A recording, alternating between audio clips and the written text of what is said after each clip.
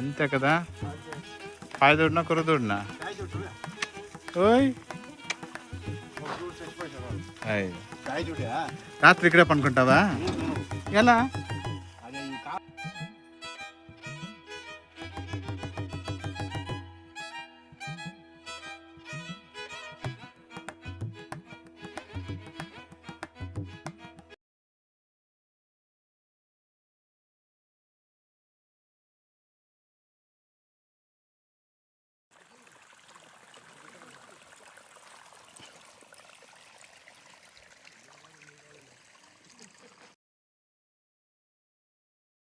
ఇది మన farm house entrance. Gate ముందర ఉన్నాను నేను. గేట్ ముందర నుంచి ఇటువైపు చూసినామంటే ఇక్కడంతా కూడా ఖాళీ ప్లేస్ ఉంది కదా. చూడండి, ఇంత ప్లేస్ ఉంది కదా. ఈ ప్లేస్లోనే ఏం చేసినానంటే నేను ఒక దాదాపుగా 1 2 3 4 లైన్లు మిర్చి వేసినాము. అదేవిధంగా ఇంకొక 4 లైన్లు టమాటో వేసినాం. ఇవన్నీ కూడా కేవలం మన ఇంటికే. దీనికి ఏ మందులు మనం కొట్టకుండానే మనం చేస్తూ ఉంటాము. ఒక్క చెట్లు చూపిస్తున్నాను, ఈ 2 ఒక్క చెట్లు. ఈ ఒక్క చెట్లు అయితే దీనికి పోషణ ఏమీ లేదు. మామూలుగా మన నాటావు, అదేవిధంగా ఇక్కడ ఉన్నాయి కదా దూడలు, ఈ దూడల యొక్క పేడ మాత్రమే అప్పుడప్పుడు వేసేవాడిని. అవి వేయడంతోనే మంచి సారం అనేది లభించిందేమో తెలియదు, కానీ చాలా వరకు బాగా వస్తూ ఉంది. ఎదుగుదల అనేది చాలా బాగుంది చూడండి.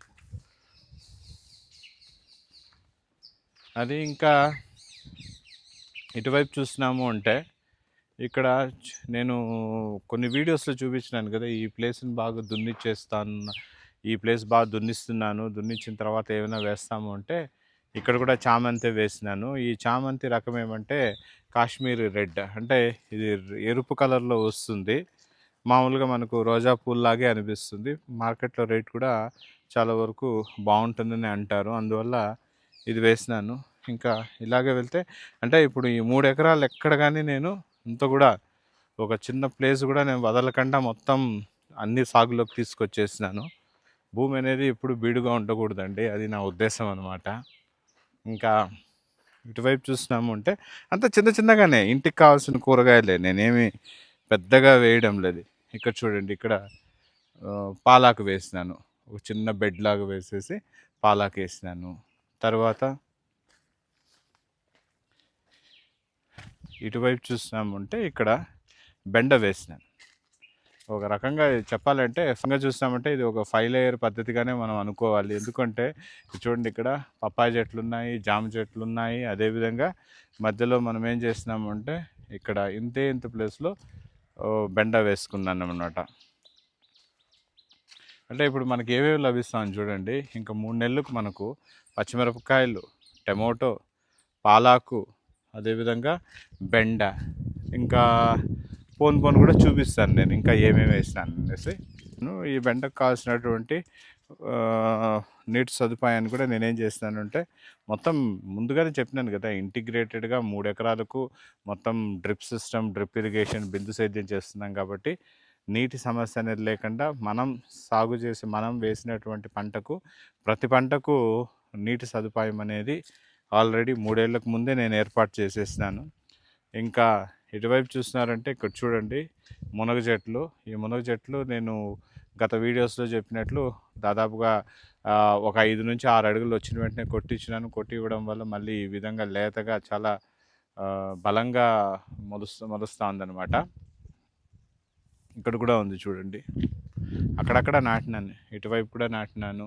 ఇంకా ఇవన్నీ కూడా పప్పాయ చెట్లు అయిపోయింది. దీనికి ఇప్పుడు ఇవి మనకు పళ్ళు వచ్చినా కానీ టేస్ట్ లేదు, ఎందుకంటే 2 ఏళ్ళు అయిపోయింది దీని సారం అనేది పోయింది. ఇంక ఇక్కడ చూపిస్తున్నాను చూడండి, ఈ ప్లేస్ కూడా ఖాళీగా ఎందుకు ఉంచుకోవడం అనేసి రాగి నార వేసినాం కదా, మా కజిన్ వాళ్ళ ప్లేస్లో రాగి పంట పండిస్తున్నారు. సో నేనే కొద్దిగా హెల్ప్ చేస్తున్నాను. అక్కడ మిగిలినటువంటి నారని తీసుకొని వచ్చి, పైరుని తీసుకొని వచ్చి ఇక్కడ నాటినాము, ఇంటికి అవసరం ఉంటుంది కదా అనేసి. ఎక్కడ ఏ ప్లేసు నేను వదలలేదు, పూర్తిగా అన్నీ సాగులోకి తీసుకొచ్చేసినాను. ఇంకా ఇక్కడ చూసానంటే ఇది కృష్ణ పుష్పము, ఇది ఇదే విధంగా పూలు పూస్తూనే ఉంటుంది. ఇక్కడ చూపిస్తున్నాను చూడండి, పూలు ఈ విధంగా పూస్తూనే ఉంటాయి. స్విమ్మింగ్ పూల్ పక్కన చూడండి ఇంత ప్లేస్ ఉంది కదా, ఈ ప్లేస్ని కూడా ఏం చేసినామంటే ఇప్పుడు రాగి పైరు నాటేసినాము, నీళ్ళు పడుతున్నారు. ఇది స్విమ్మింగ్ పూలు, ఇది ఏమాత్రం క్లీనింగ్ అనేది చేయడం లేదు. నేను చాలా వీడియోస్లో కూడా చెప్పినాను కదా, ఓన్లీ సమ్మర్లో మాత్రమే దీన్ని అందుబాటులోకి తీసుకొస్తాము, ఎందుకంటే మెయింటెనెన్స్ సమస్య ఉంటుంది అనేసి. సో అక్కడ క్లీనింగ్ అనేది మనం ఏం చేయలేదు. ఇక్కడ చూడండి, ఇక్కడ పుదీనా వేసినాను.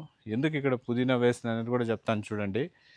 మొత్తం ఈ ప్లేస్ అంతా చూడండి కాంక్రీట్తో ఒక సీసీ రోడ్ లాగా వేపించేసినాను, కానీ ఇక్కడ మాత్రమే నేను కాంక్రీట్ వేయలేదు. ఎందుకంటే మన వ్యవసాయ క్షేత్రానికి బోరు పంపు నుంచి వెళ్ళేటటువంటి నీళ్ళు, అదేవిధంగా ఈ స్విమ్మింగ్ పూల్ నుంచి వెళ్ళేటటువంటి నీళ్ళు మొత్తం అంతా ఇది ఒక జంక్షన్ లాగా ఇక్కడి నుంచి డివైడ్ అవుతుందన్నమాట. సో ఎప్పుడు కానీ మనకు పైపులు పగిలే ఛాన్సెస్ ఎక్కువ ఇక్కడే ఉంటుంది. ఎందుకంటే ఎవరైనా బై మిస్టేక్ మొత్తం అన్ని గేట్ వాల్స్ ఆఫ్ చేసేసినారు అంటే అప్పుడు ఇక్కడ మనకు పగిలిపోయే ప్రమాదం ఉంది కాబట్టి, సో అలాంటప్పుడు మళ్ళీ తీసి మళ్ళీ క్లీన్ చేసుకోవాలి అంటే మనకు మళ్ళీ ఫిక్స్ చేసుకోవాలంటే కష్టం అవుతుంది అనేసి, అందువల్ల ఇక్కడ కాంక్రీట్ వేయకుండా పెట్టేసినాను. మామిడి చెట్లు ఉన్నాయి కదా, చాలా ఏళ్ళుగా ఉన్నాయి, దీన్ని నేను అలాగే పెట్టినాను, పూత బాగా పూస్తోంది. ఇంకా రాబోయే రోజుల్లో ఈ ఆవుల షెడ్డు ఎక్స్పాన్షన్ ఫేజ్ 2 ఇక్కడ స్టార్ట్ చేయబోతున్నాను. పుంగునూరు జాతి, అదేవిధంగా గిర్రు, ఇలాంటివన్నీ నేను ప్లాన్ చేస్తున్నాను. అది ఎంతవరకు మెటీరియలైజ్ అవుతుందో నాకు తెలియదు, బట్ నెక్స్ట్ రాబోయే ఆవులకు ఇక్కడే షెడ్ని కట్టబోతున్నాం. ఇక్కడ ఈజీగా ఒక 8 నుంచి 10 ఆవులు మనం కట్టుకోవచ్చు. ఇక్కడ కూడా చూడండి, ఎక్కడెక్కడ కొద్దిగా ప్లేస్ ఉందో ఆ ప్లేస్లో అంతా నేను రాగి పైరు, మిగిలిండే రాగి పైరు వేసేసినాను. ఇక్కడ చూడండి, ఇది కూడా రాగి పైరు అనమాట.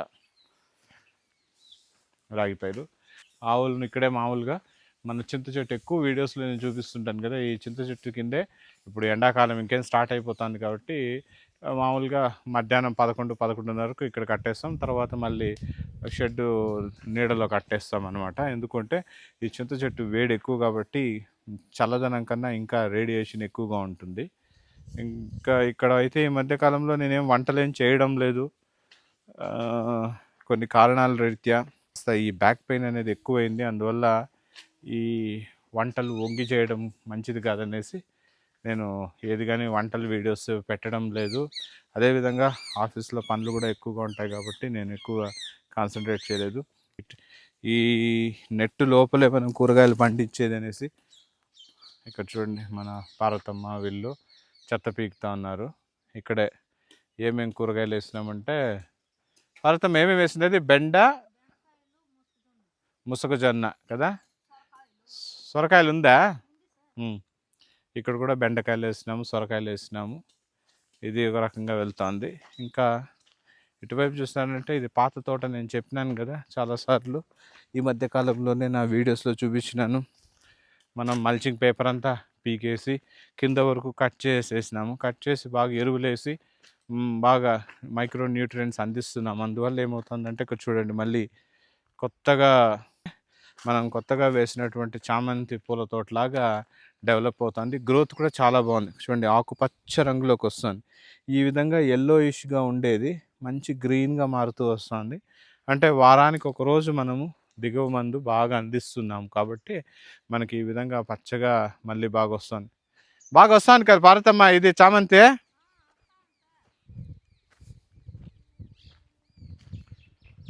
ఇక్కడ చూడండి,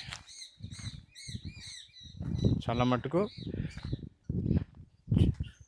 చూస్తున్నారా, ఇది కూడా one of the best methods అనమాట. అనవసరంగా 2 ఫేసుల్లో కటింగ్ అయిపోయింది. దాదాపు నాకు 50 కటింగ్స్ వచ్చింది.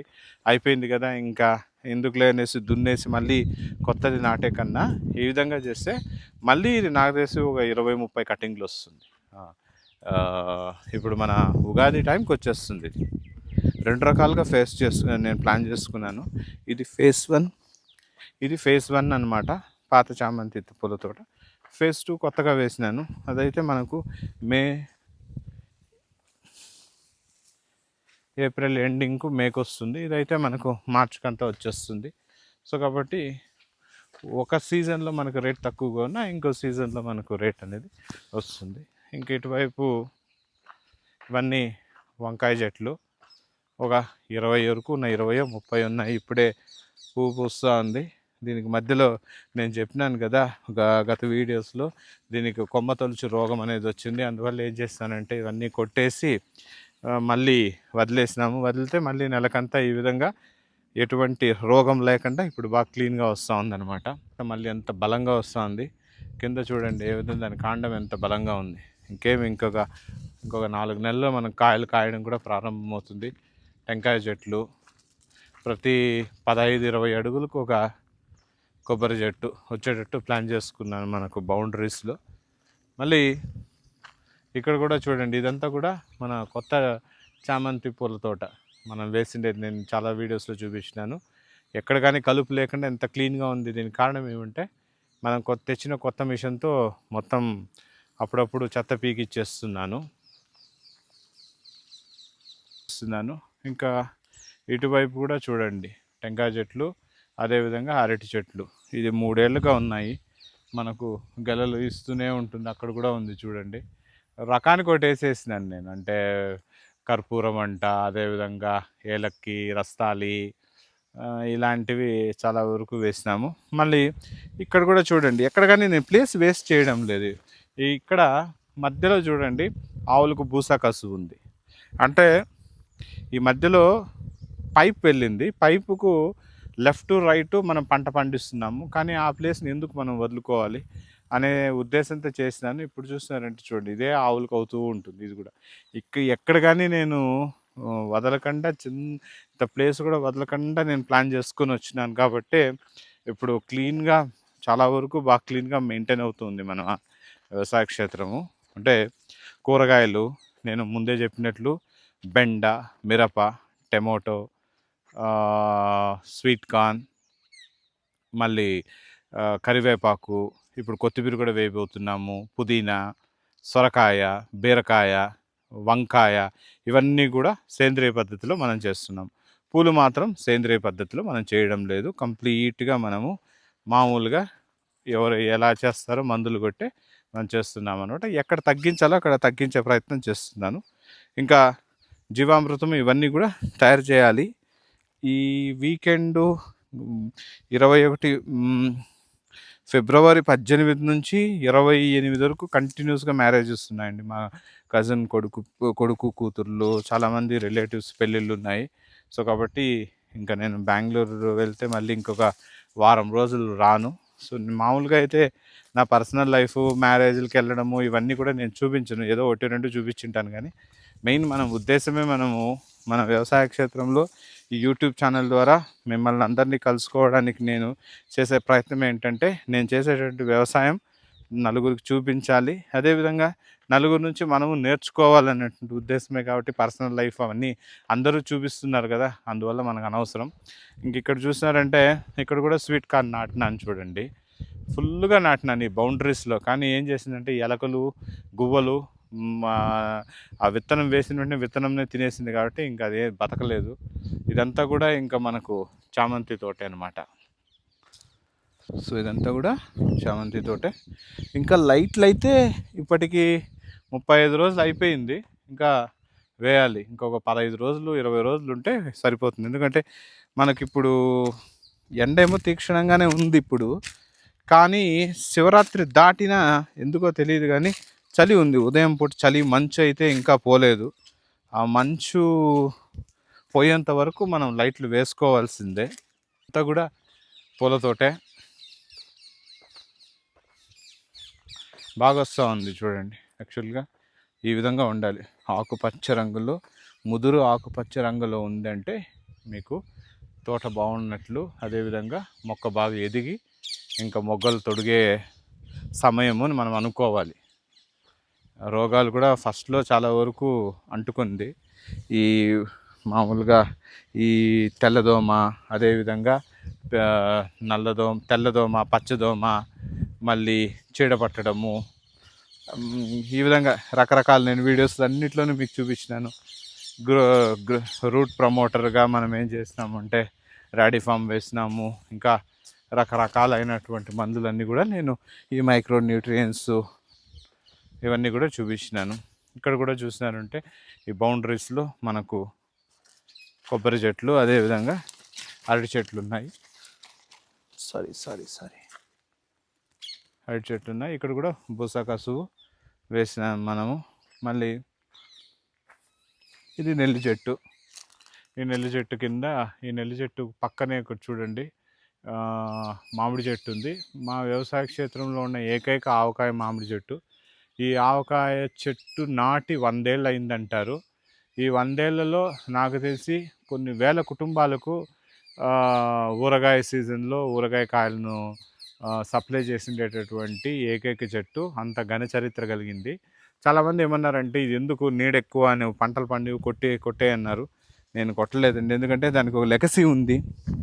ఒక చెట్టును కొట్టడం అనేది అది నిజంగా అది మంచి పద్ధతి కాదు.